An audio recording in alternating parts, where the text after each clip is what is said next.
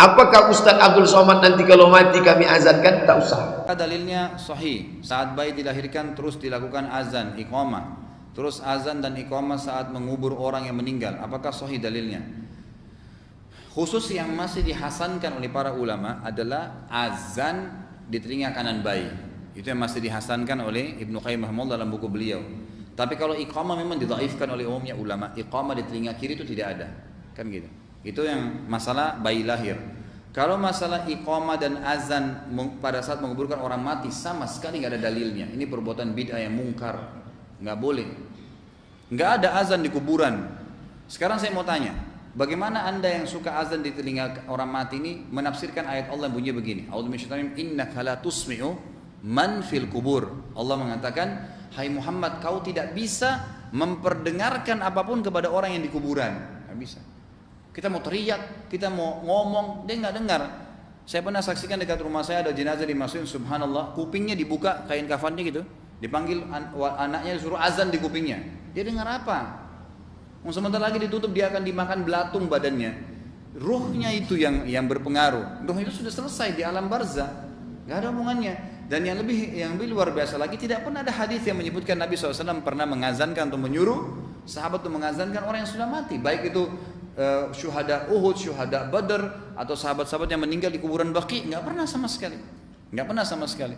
Jadi azan itu tidak dilakukan kecuali di beberapa keadaan, terutama masalah sholat. Pada saat terjadi kebakaran, itu memang ada beberapa dalil memang yang masih dihasilkan oleh para ulama. Tapi kalau masalah orang mati tidak ada dalilnya. Adakah dalil mengazani orang yang meninggal saat dikuburkan? Saya belum dapat ya. Belum dapat. Mungkin karena keterbatasan pengetahuan saya tidak mengetahui dalil-dalilnya. Dan biasanya saya kalau belum dapat, saya tidak mengamalkan. Karena saya belum tahu. Jadi teman-teman yang tahu, tolong tunjukkan kepada saya. Supaya nanti saya bisa teliti. Kalau benar, insya Allah saya sampaikan dan mungkin saya amalkan. Kalau kemudian tidak ada dalilnya, maka saran saya lebih baik meninggalkannya. Daripada mengerjakan sesuatu yang tidak ada tuntunannya. Itu saran saya. Kalau dalil untuk mengazani saat dilahirkan, itu masih ada. Walaupun ulama beda pendapat. Tapi ada dalilnya. Ya, ada dalilnya. Sampai beberapa imam termasuk misalnya, kita tunjukkan ada Imam An-Nawawi, termasuk Ibnu Qayyim Al-Jauziyah, beliau termasuk yang menguatkan pendapat itu. Jadi Nabi SAW pernah mengazani Al-Hasan dan Husain saat dilahirkan. Dan itu masih normal, masih logis. Apa diantara logisnya? Karena fungsi adzan itu bisa mengusir setan. Mengusir setan. Sedangkan sunnah Nabi ketika bayi itu dilahirkan, maka didoakan diantara doanya menjauhkan dia dari setan. Allahumma inni a'udzubika bikalimatika tammah min kulli syaitanin wa hammah. Kan? Min kulli syaitanin wa hammah wa lammatin wa hammah. Ya Allah, saya berlindung kepadamu ya Allah dari keburukan yang menimpa anak saya ini, dan dari godaan setan, dan dari segala keburukan-keburukan, dari hal yang buruk yang menimpanya dalam kehidupan. Dan ketika kita ngubur mayit dan di telinga kanan, qomat di telinga kiri, itu kias ya. Kias kepada bayi yang baru lahir. Bayi yang baru lahir disunnahkan untuk diadzan di telinga kanan dan sunnah untuk qomat di telinga kiri. Maka ketika dia baru lahir ke dunia diadzani, maka ulama mengkiaskan akhir dia di dunia pun sebelum dikubur diadzani. Sehingga pertamanya adzan, dengar adzan, akhir kehidupan duniawinya juga diadzani. Kias. Dan kias masuk dalam hukum syariat. Hukum syariat itu Al-Quran, hadis, ijma ulama dan kias. Tapi yang kias para ulama. Maka hukum adzan bagi mayit, untuk mayit itu sunnah kias. Kias itu menyambungkan satu permasalahan dengan permasalahan yang lain. Dikiaskan ketika dia lahir diadzani, sunnah diadzani, maka ketika dia mati pun sunnah diadzani, supaya awalnya adzan, akhirnya adzan. Pak Ustaz, bagaimana hukumnya mengazankan mayat sebelum dikuburkan? Sebab dosen saya mengatakan itu haram, sedangkan di kampung saya itu dilakukan. Dosen kamu, dosen bapak, dosen antum yang mengatakan haram ini, dia dalilnya dua saja, Quran hadis, Quran hadis. Tak ada di Quran, tak ada di hadis, haram. Mana Qurannya? Mana hadisnya? Tak ada, itu haram.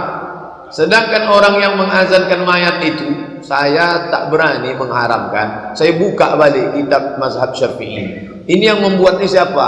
Mazhab Syafi'i. Apa kitabnya? Buka kitab-kitab klasik, saya jumpai kata dia dalilnya qiyas. Quran, hadis, ijma', qiyas. Apa qiyasnya? Kalau lahirnya diazankan, maka matinya diazankan. Itu dalil mereka qiyas. Apakah Ustaz Abdul Somad nanti kalau mati kami azankan? Tak usah. Jadi kalau saya mati, tak usah azankan. Makcik saya meninggal, saya pas di samping kubur. Saya ada di situ. Abdul Somad, iya Pak. Kami azankan atau tidak? Tak usah azankan. Tapi saya tak menyalahkan orang yang mengazankan, karena dia ikut pendapat ulama. Ulama itu berpendapat berdasarkan dalil. Nah, ini tentang masalah bagaimana dalil suatu kaum, dan saya menghormati itu. Tapi kalau tak ada di hadis, tak ada ijma', tak ada qiyas, orang kita saja memandai-mandai, oh itu tak boleh, haram. Ini bukan dia memandai-mandai, ada dalam kitab mazhab Syafi'i, ijtihad ulama. Mengadani orang meninggal dunia, jawabnya adalah kita tidak usah bicara ulama di luar madhab kita Imam Syafi'i. Di dalam madhab Imam Syafi'i terjadi dua pendapat. Ibnu Hajar Al-Haytami, imam fikih kita yang sangat masyhur, kitabnya dipakai di negeri ini, Imam Ibnu Hajar Al-Haytami mengatakan bahwa tidak ada azan waktu mengkubur mayat. Tidak ada azan. Nah, ulama yang lainnya mengatakan ada azan. Yang mengatakan ada azan karena dikiaskan dengan waktu melahirkan. Sayyidina Rasul mengadani Sayyidina Hasan dan Husain waktu kelahirannya. Jadi waktu berpindah dari alam rahim ke alam dunia dikumandangkan kalimat takbir dan tahlil. Maka di saat berpindah dari alam dunia menuju alam barzah diadzani. Jadi ini khilaf di antara ulama. Ini bukan urusannya orang madhab lain, bukan berarti yang mengingkari adzan langsung musuh kita, bukan. Sebab di dalam madhab kita Ibnu Hajar Al-Haytami itu gurunya yang punya Fathul Mu'in, yang pernah mendengar kitab Fathul Mu'in, mengatakan adzan tidak ada. Jadi ini sederhana, kalau Anda masuk kampung biasa diadzani, ada pendapat ulama yang diikuti, yang tidak adzan ya enggak apa-apa. Jadi ini khilaf di antara ulama kita ya, bukan urusan ulama yang anti kita, bukan. Ini adalah khilaf di dalam madhab kita Imam Syafi'i radhiyallahu taala anhu, tidak ada adzan. Tapi kalau kita mengadzani ada, mereka ngikuti petunjuk karena ini keluar dari alam ke alam lain, dikumandangkan adzan. Jadi perbedaan apa ulama. Jadi Anda sebagai ustadz yang bijak, jika di sebuah kampung ada adzan ya nggak apa-apa, ada ulama ini gitu. Kalau nggak ada adzan jangan langsung bilang wah ini sesat, nggak boleh begitu, karena ini adalah perbedaan ulama. Adzan